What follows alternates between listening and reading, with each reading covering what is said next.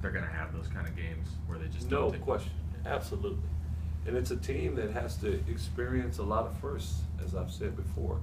The first time we played in front of a crowd was against SVU. First time we played against away from home in the first real game was in China against Texas. This is our first real home game. We're going to have a first true road game. We're going to have a first conference game at home. We're going to have a first road conference game. So many firsts for this team that we kind of have to learn on the fly. But you know, we can go out and learn on the fly and make our mistakes and still be successful, like against Texas. Until we get it, we'll just go that way. And you know, obviously it's early, but who's the best low post defender right now? Wow, I would say in terms of protecting the basket, it would be Malik because his ability to shot block. But in terms of just positioning on the floor, it's probably Noah Dickerson. And Noah's a very, very smart basketball player.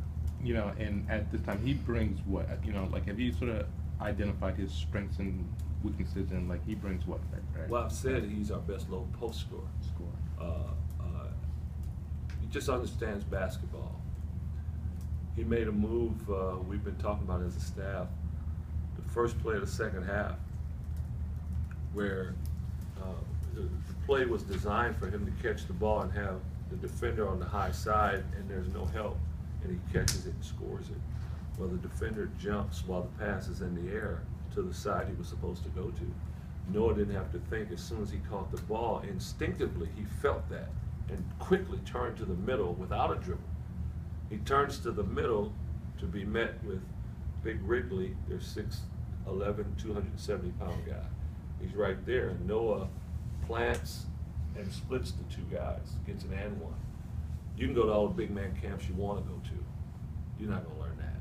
That's just instinctive moves right there. So he has a pretty good feel that way around the basket. He can also step out, knock the shot down. You know, and then the things that make Malik so good on the defensive end are what? 7'5" wingspan for starters. Great timing on his block shots. And he blocks shots with his left hand, which is unusual. Most guys block shots with their right hand, and he blocks them with his left hand, so he kind of catches you off guard that way. Is he left-handed? I don't know what he is. What do you mean you don't know what he is?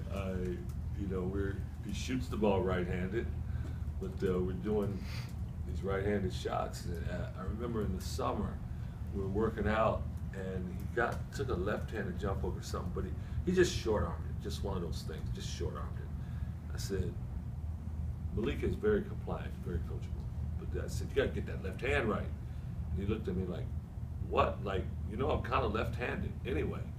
But as we went on, I said, I forgot, that's right. And we can see even he'll shoot a jump hook with his left hand. He'll shoot with his right hand. So maybe he's ambidextrous.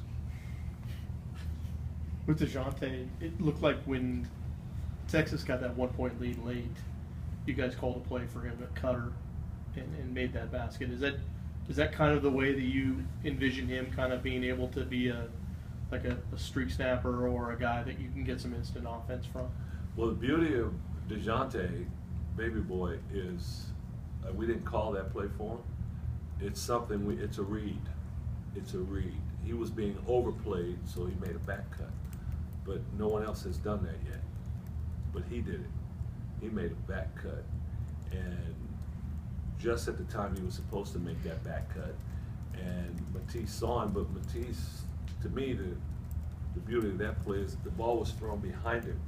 He not only caught it with one hand, but wheeled and turned and made the shot in traffic. It seemed easy, but there are a lot of people can't make that play. Looked like it was